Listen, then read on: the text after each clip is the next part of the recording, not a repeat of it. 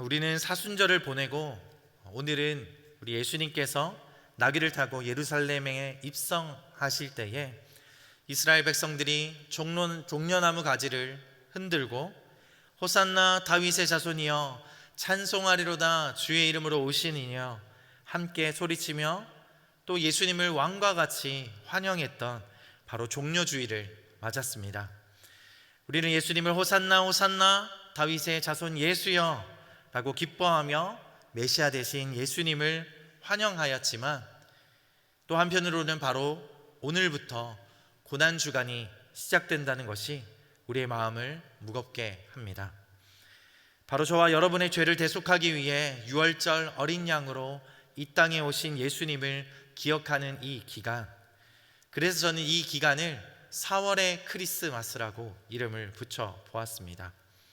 바로 크리스마스는 이 땅에 오신 예수님을 기념하는 또 기뻐하는 날이지만 이 땅에 오신 진정한 목적을 이루시는 바로 이 기간도 우리가 기억해야 할 중요한 시간입니다. 따라서 지난주 저희는 4월의 크리스마스 기억하라 라는 제목으로 하나님이 기억하려 지키라고 했던 그 유월절을 기억하고 또다시 새롭게 세워나갔던 히스기야 왕의 유월절 회복에 대해서 살펴보았습니다. 기억이 나시나요? 네, 우리는 바로 십자가 고난을 앞둔 유월절 어린 양 대신 예수님을 생각하며 먼저 우리의 삶의 누룩을 제거하자고 했습니다. 또한 회개함으로 거룩함을 덧입고 전심으로 예배의 자리로 나아가자고 말씀을 드렸습니다. 기억하시죠? 네. 목사님 저 지금 생각났어요 라고 하시는 분이 계실지 모르겠지만 물론 그렇다면 또 말씀을 전한 저의 책임도 있겠죠. 하지만 지난주 저희는 너무나 희망적인 메시지를 또 함께 나누었습니다. 뭐였죠?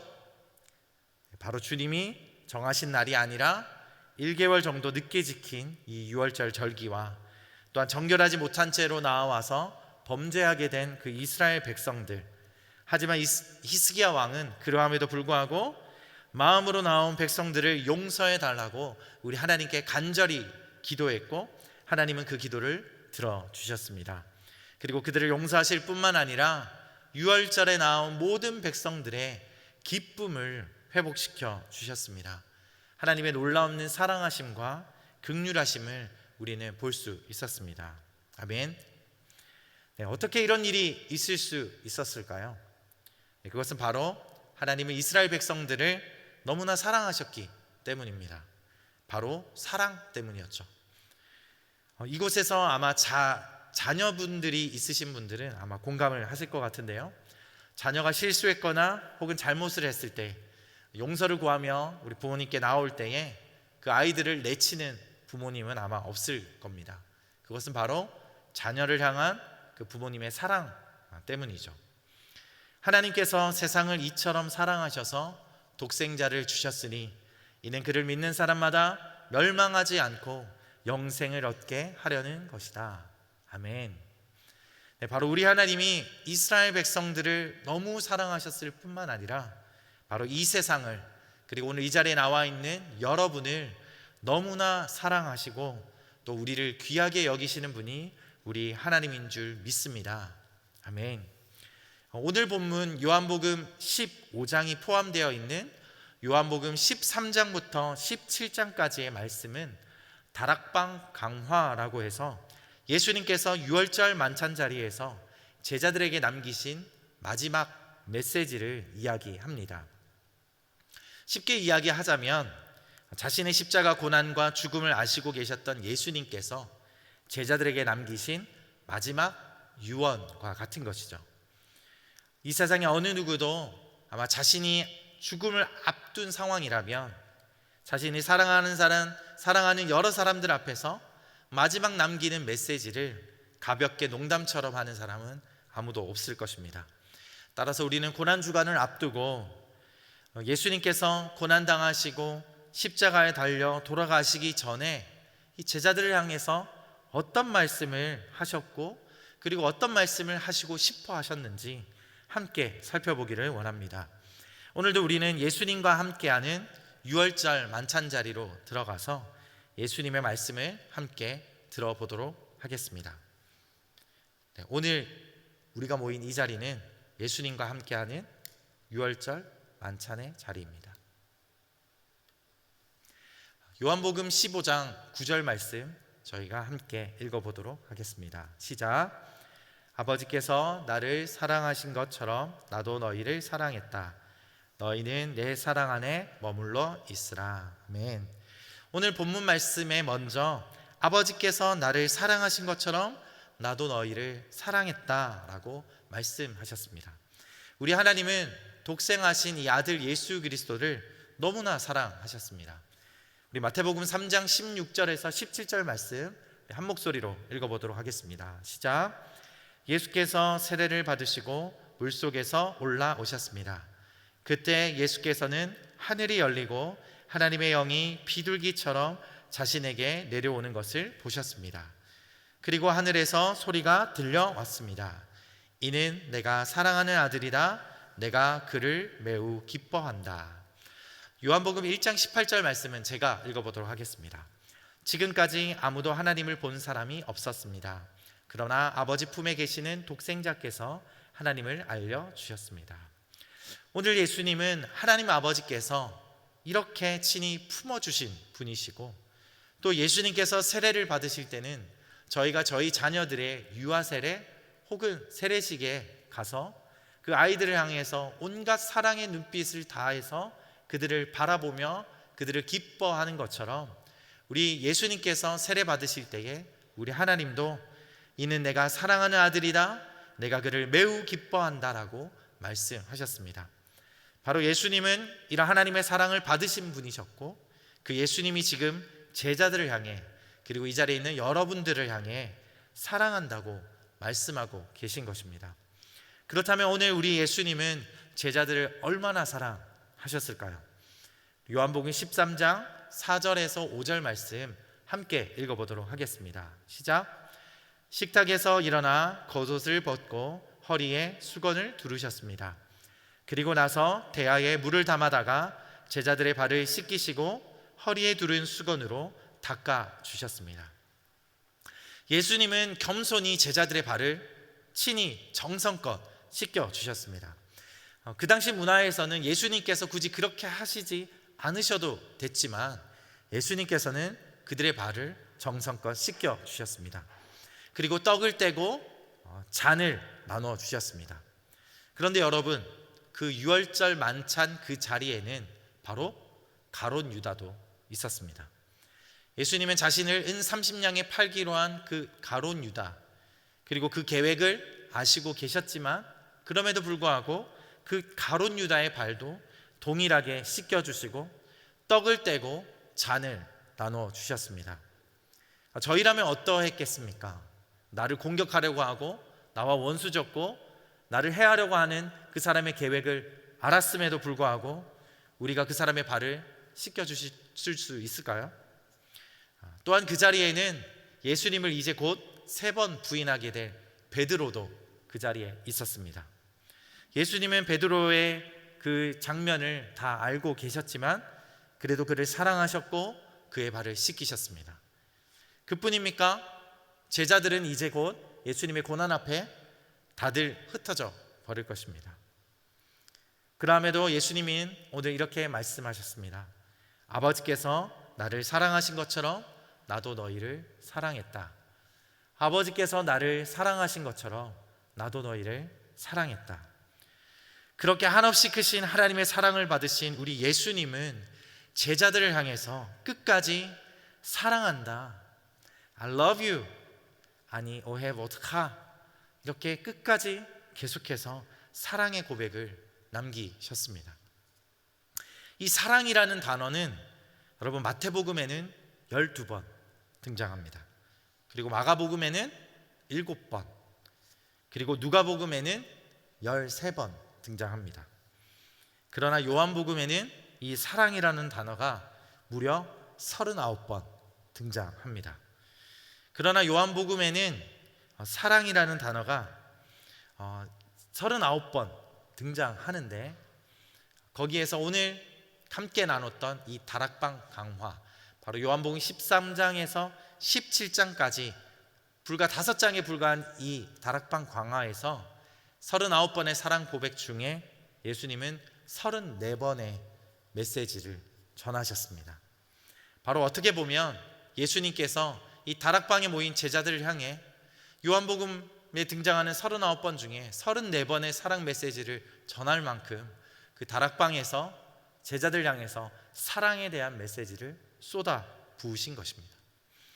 저는 오늘 말씀을 준비하면서 바로 이 요한복음 15장 9절 이 한 절의 말씀으로 충분하다고 저는 생각을 했습니다.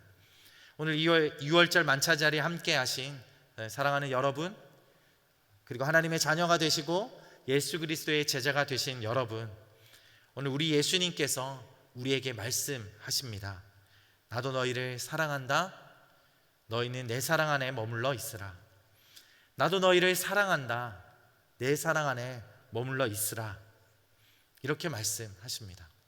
오늘 이 시간에 우리가 다 같이 가슴에 손을 좀 얹고 우리 함께 예수님의 그 사랑 고백에 응답하며 나아갔으면 좋겠습니다. 사랑한다 아들아, 내가 너를 다 아노라. 사랑한다 내 딸아, 내게 축복 더하노라. 함께 고백합시다. 사랑합니다 나의 예수님, 사랑합니다 아주 많이요. 사랑합니다 나의 예수님, 사랑합니다 이것뿐이에요. 아멘. 사랑하는 여러분 예수님 사랑하십니까? 더 크게 대답하셔야 됩니다. 예수님 사랑하십니까? 아멘. 오늘 우리는 날마다 더 예수님을 사랑하는 우리 모두가 되었으면 좋겠습니다. 오늘보다 내일 더 우리 주님을 사랑하는 여러분이 되시기를 주님의 이름으로 축원합니다. 아멘.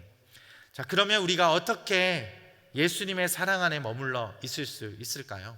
오늘 예수님은 그 방법도 알려주십니다. 요한복음 15장 10절과 12절의 말씀 함께 읽어보도록 하겠습니다. 내가 내 아버지의 계명을 지키고 아버지의 사랑 안에 있는 것 같이 너희도 내 계명을 지키면 내 사랑 안에 있을 것이다. 내 계명은 이것이다. 내가 너희를 사랑한 것과 같이 너희도 서로 사랑하라. 아멘. 뭐라고 말씀하고 계십니까? 내 계명을 지키면 내 사랑 안에 있다고 하셨습니다. 그런데 우리 예수님은 항상 말씀만 하지 않으시고 친히 모범이 되셔서 저희에게 보여주십니다. 앞서서도 예수님께서 제자들의 발을 친히 씻기시면서 떡을 떼고 잔도 나눠주시며 친히 사랑의 모범을 보이셨습니다. 그리고 이번에도 역시 예수님께서 먼저 계명을 지키시고 아버지의 사랑 안에 있는 것 같이 너희도 내 계명을 지키고 사랑하라고 말씀하셨습니다. 자, 예수님이 지키신 아버지의 그 계명이 무엇입니까? 우리 마가복음 12장 29절에서 31절 말씀, 우리 세 절의 말씀인데요, 한 목소리로 읽어보도록 하겠습니다. 시작. 예수께서 대답하셨습니다. 첫째로 중요한 계명은 이것이다. 이스라엘아 들으라. 주 우리 하나님은 오직 한 분이시라. 내 마음과 내 목숨과 내 뜻과 내 힘을 다해 내 하나님을 사랑하라 하는 것이고, 두 번째로 중요한 계명은 이것이다. 내 이웃을 내 몸과 같이 사랑하라 하는 것이다. 이것보다 더 중요한 계명은 없다. 아멘. 예수님은 이 계명을 지키셨습니다. 바로 첫째 계명을 따라서 하나님 아버지를 너무나 사랑하셨고, 또한 아버지의 뜻대로 자신의 생명을 드리며 둘째 계명도 친히 나타내 보이셨습니다. 그리고 제자들에게는 예수님께서 요한복음 13장, 14장, 15장에 걸쳐서 계속해서 내가 너희에게 새 계명을 준다. 서로 사랑하라. 이 말씀을 통해서 예수님의 사랑 안에 머물 수 있는 방법을 계속 알려주셨습니다. 제가 한번 읽어보도록 하겠습니다. 요한복음 13장 34절 35절 말씀입니다. 내가 너희에게 새 계명을 준다. 서로 사랑하라. 내가 너희를 사랑한 것 같이 너희도 서로 사랑하라.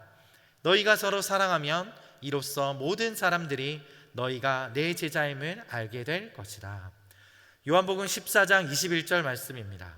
누구든지 내 계명을 가지고 지키는 사람은 나를 사랑하는 사람이다. 나를 사랑하는 사람은 내 아버지의 사랑을 받을 것이고 나 또한 그 사람을 사랑하고 그 사람에게 나를 나타낼 것이다. 23절 말씀입니다. 누구든지 나를 사랑하는 사람은 내 말을 지킬 것이다. 그러면 내 아버지께서 그 사람을 사랑하실 것이요 아버지와 내가 그 사람에게로 가서 그와 함께 살 것이다. 아멘. 그리고 이렇게 예수님께서 제자들에게 계속해서 사랑하라는 말씀을 하신 이유는 무엇일까요? 예수님은 11절에 그 이유를 말씀해 주고 계십니다. 15장 11절 말씀 함께 읽겠습니다. 내가 이것들을 너희에게 말한 것은 내 기쁨이 너희 안에 있어 너희 기쁨이 충만하게 하려는 것이다. 이렇게 계명을 지키라고 말씀하시는 이유는 바로 우리가 예수님의 사랑 안에 머물 수 있을 뿐만 아니라 바로 우리의 기쁨을 충만하게 하려는 것이고 또한 우리가 주님 안에 거하며 함께 누리는 그 행복을 누리기 위함이라고 주님 말씀하셨습니다. 우리는 지난주 유월절로 나와왔던 이스라엘 백성에게 큰 기쁨이 회복되는 것을 우리가 함께 보았습니다.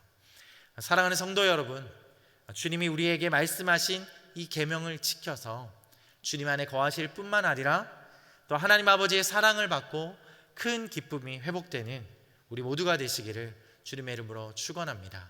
그럴 때 하나님께서 또 예수님께서 우리와 함께 거하시며 함께 사신다고 하셨습니다. 아멘. 그것만으로도 정말 감사하고 큰 은혜인데 주님은 여기에서 한 가지 더 말씀을 하십니다. 요한복음 15장 14절 그리고 15절 말씀 함께 읽도록 하겠습니다. 너희가 만일 내 계명을 지키면 너희는 내 친구다. 나는 이제부터 너희를 종이라고 부르지 않겠다. 종은 주인의 일을 알지 못하지만 나는 너희에게 내 아버지께 들은 것을 모두 알려주었으니 친구라고 부르는 것이다. 할렐루야. 오늘 우리 주님이 우리를 친구라고 불러주신다고 합니다. 만왕의 왕이 되시고 만유의 주가 되시는 그 하나님의 본체이신 예수님께서 우리를 친히 친구 삼아 주신다고 합니다. 그리고 더 이상은 너희를 종이라고 부르지 않고 내가 친구라고 부르겠다라고 합니다. 아멘. 종은 주인의 일을 알지 못합니다. 그리고 종은 주인이 지시하는 일만 하면 됩니다. 그리고 종은 주인을 위해서 목숨을 바쳐 일할지 모르겠지만 주인은 종을 위해 목숨 바쳐 일하지는 않습니다. 하지만 우리 예수님은 우리를 너무나 사랑하시는 분이시기에 우리를 종이 아닌 친구라고 불러주셨습니다. 또한 우리 주님은 제자들에게 아버지께 들은 것을 다 알려주셨습니다. 그리고 그들과 친구가 되어주셨습니다.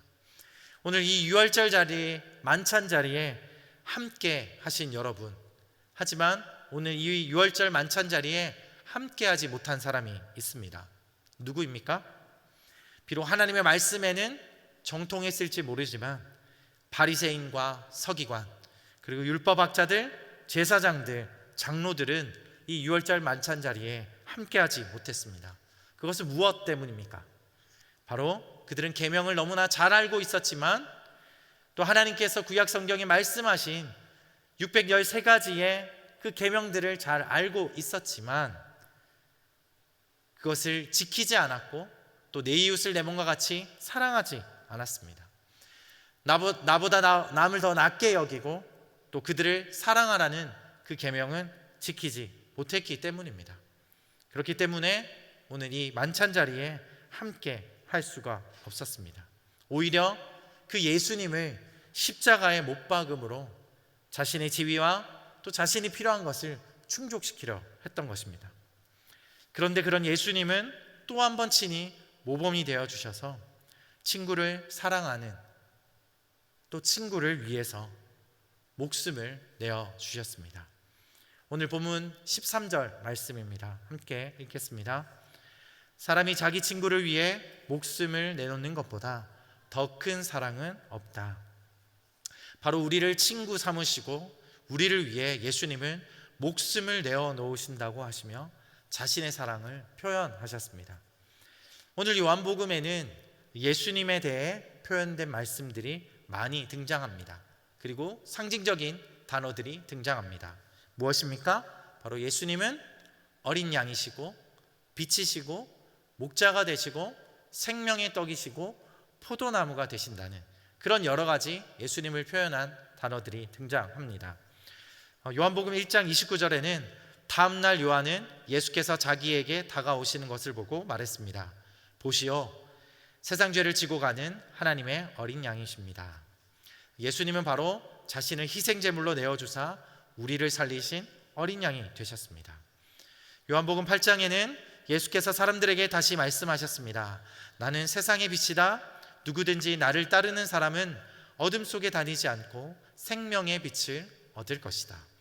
바로 이 빛은 어둠 속에서 자신을 태워 빛을 비춥니다. 오늘 이 앞에 있는 초와 같이 예수님은 자신을 태워서 어둠 가운데 빛을 비춰 주셨습니다.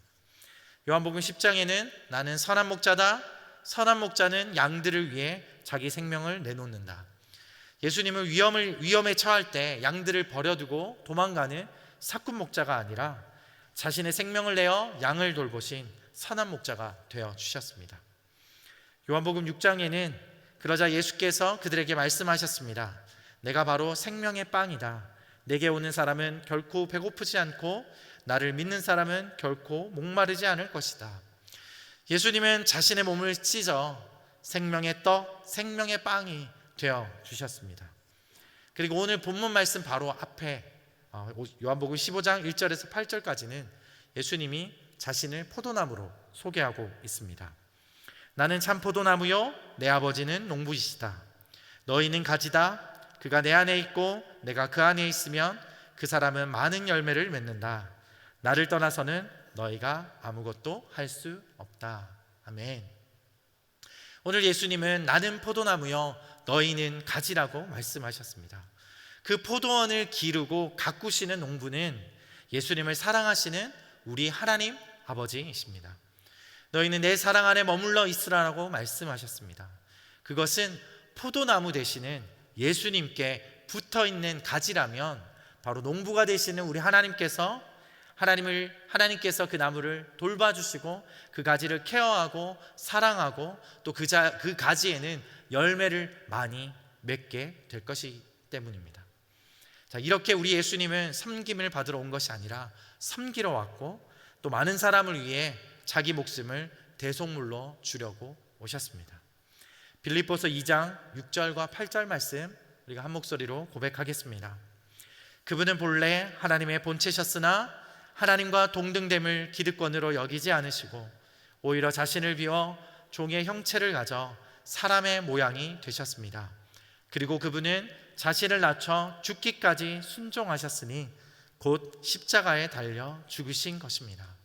사랑하는 성도 여러분, 오늘 나를 위해 그리고 우리를 위해 하늘의 영광을 버리시고 이 땅에 오신 예수님을 기억하는 우리의 삶, 우리의 인생이 되시기를 주님의 이름으로 축원합니다. 바로 그런 고난주간이 되시기를 주님의 이름으로 축원합니다. 여러분, 이제 우리가 어떻게 주님이 말씀하신 이 계명을 지키며 살아갈 수 있겠습니까? 오늘 본문의 16절 말씀 함께 읽겠습니다. 너희가 나를 택한 것이 아니라 내가 너희를 택해 세운 것이다. 그것은 너희가 가서 열매를 맺어 그 열매가 계속 남아있게 하려는 것이다. 그러므로 너희가 무엇이든지 내 이름으로 구하면 아버지께서 너희에게 주실 것이다. 미국 테네시주의 아주 부유한 가정에서 태어나 고등학교 때 스포츠카를 타고 또한 잘생긴 남자친구가 있고 공부도 1등하고 학생회장도 했던 한 자매가 있었습니다. 이 자매는 고3 여름방학 우간다에 있는 고아원에 아울리치를 떠나서 3주간 봉사활동을 하고 돌아왔습니다. 그리고 나서 대학에 합격했지만 이 자매 머릿속에는 그 고아원에서 봤던 어린 아이들이 떠나질 않아서 부모님의 반대에도 불구하고 대학 입학을 1년 미루고 다시 우간다에 있는 고아원에 가서 봉사를 시작했습니다. 어느 날 잠시 돌보게 된 이 5살 한 아이가 자신에게 우물쭈물 뭔가 말을 하려고 하더니 그 아이가 뱉었던 말은 엄마라고 불러도 될까요? 란 말이었습니다. 바로 이 아이의 말에 20살이 되었던 이 자매는 이 아이를 입양하게 되고 또 하나둘씩 아이를 입양해 14명의 엄마가 되었습니다. 바로 여러분들 기억하시는 것처럼 2012년 엄마라고 불러도 돼요라는 책으로 우리에게 도전과 감동을 주었던 KT 데이비스의 이야기입니다. 결혼도 하지 않은 이 자매가 14명의 아이를 입양하고 400여 명의 아이를 돕기까지 정말 많은 어려움이 있었습니다. 외로움, 그리고 환경적인 어려움, 그리고 질병과 가난. 그러나 KT 데이비스는 그때마다 예수님의 눈물을 보았다고 합니다. KT 데이비스는 고작 20살밖에 되지 않은 미혼의 자매였습니다. 그러나 이 자매가 14명의 아이를 입양해서 기르고 400여 명의 아이들을 도울 수 있었던 것은 한 생명 한 생명, 그 아이 하나하나를 바라보고 계셨던 예수님의 그 십자가, 그리고 그 예수님의 눈물을 바라보았기 때문에 가능했다고 고백하고 있습니다. 그러므로 너희가 무엇이든지 내 이름으로 구하면 아버지께서 너희에게 주실 것이다 라고 오늘 말씀에 나타나는 것처럼 그녀가 우간다와 그 아이들을 위해서 예수 그리스도의 이름으로 구했던 그 간절한 것들을 하나님 아버지께서는 들어주셨습니다. 그리고 응답해 주셨습니다. 그리고 그 14명의 아이와 그리고 400여 명의 그 우간다에 있는 아이들을 먹여주시고 입혀주시고 돌보아 주신 친히 우리 하나님께서 되어주셨습니다. 우리는 우리가 택한 것이 아니라 예수님께 택함을 입은 자들입니다. 우리가 하나님을 사랑한 것이 아니라 하나님께서 우리를 사랑하셔서 우리를 위해 친히 예수님을 화목제물로 내어주셨습니다. 따라서 우리는 앞서 가신 바로 우리의 친구가 되시는 예수님을 따라가기만 하면 우리 하나님께서 이 모든 것들을 채워주실 뿐만 아니라 우리에게 말씀하신 그 사랑이 온전케 완성되는 것들을 보게 될 줄을 믿습니다. 아멘. 마지막으로 우리 주님은 우리에게, 여러분에게 다시 한번 말씀하십니다. 우리 17절 말씀 함께 읽겠습니다. 내가 너희에게 명하는 것은 이것이다. 너희는 서로 사랑하라. 내가 명하는 것은 이것이니 너희는 서로 사랑하라. 따라서 우리가 서로 사랑할 수 있게 되기를 하나님께 간구하고, 특별히 예수님처럼 사랑할 수 없는 그 사람을 사랑할 수 있도록 하나님께 간구하는 여러분이 되시기를 주님의 이름으로 축원합니다. 그 사람이 여러분의 가족이 될 수도 있고, 여러분의 아버지, 어머니, 혹은 여러분의 형제, 자매가 될 수도 있을 것입니다. 그리고 여러분의 친구가 될 수도 있고, 여러분의 아내와 남편이 될 수도 있습니다. 하지만 친구까지도 사랑하라고, 그리고 원수도 사랑하라고 우리 주님은 말씀하십니다. 우리가 오늘 앞서 봤던 그 행복드림, 바로 부모님 초청잔치, 그것처럼 여러분 혹 여러분의 사랑을 고백하기에 꺼려지는, 또 혹은 어려운 그런 사람이 있으십니까? 여러분 입술을 열어서 또 용기 내어서 하나님께서 우리에게, 또 예수님께서 우리에게 말씀하신 것처럼 용기 내어서 사랑한다고 고백하는 우리 모두가 되시기를 주님의 이름으로 축원합니다. 우리 마지막으로 요한일서 4장 7절에서 12절 말씀 우리 한 목소리로 읽고 설교를 마무리하고자 합니다. 한 목소리로 천천히 읽어보도록 하겠습니다. 사랑하는 여러분, 우리가 서로 사랑합시다. 사랑은 하나님에게서 난 것이기 때문입니다. 사랑하는 사람은 누구나 다 하나님께로부터 났고 하나님을 압니다. 사랑하지 않는 사람은 하나님을 알지 못합니다. 하나님은 사랑이시기 때문입니다. 하나님의 사랑이 우리에게 이렇게 나타났습니다. 곧 아버지께서 자기 독생자를 우리에게 보내주셔서 그분으로 말미암아 우리가 생명을 얻게 하신 것입니다. 사랑은 여기 있습니다. 곧 우리가 하나님을 사랑한 것이 아니라 하나님께서 우리를 사랑하셔서 우리 죄를 위해 그분의 아들을 화목제물로 보내주셨습니다. 사랑하는 여러분, 하나님께서 우리를 이처럼 사랑하셨으니 우리도 서로 사랑하는 것이 마땅합니다. 지금까지 아무도 하나님을 본 사람이 없습니다. 그러나 우리가 서로 사랑하며 하나님께서 우리 안에 계시고 하나님의 사랑이 우리 안에서 온전히 완성됩니다. 아멘. 사랑하는 여러분, 이 말씀이 여러분의 인생과 여러분의 삶 가운데 온전히 체험되어지는 여러분의 삶과 인생이 되시기를 주님의 이름으로 축원합니다. 오늘 우리는 유월절 마지막 만찬 자리에 예수님과 함께 둘러 앉았습니다. 예수님은 여러분 한 사람 한 사람에게 무슨 말씀을 하기 원하실까요? 여러분이 주님을 처음 만났던, 여러분이 주님을 사랑한다고 고백했던 그 순간 여러분 기억하십니까? 그 첫 순간부터 오늘에 이르기까지 여러분 예수님과 어떤 추억을 나누셨습니까? 어떤 사랑의 깊이가 더 깊어지셨습니까? 여러분과의 모든 대화를 마치신 예수님께서는 아마 여러분에게 말씀하실 겁니다. 내가 너를 사랑한다. 내가 너를 사랑한다. 내가 너를 사랑한다. 이 시간 저희도 함께 이 찬양의 고백을 주님께 드리면서 예수님께 대한 우리의 사랑을 고백하며 나아갔으면 좋겠습니다.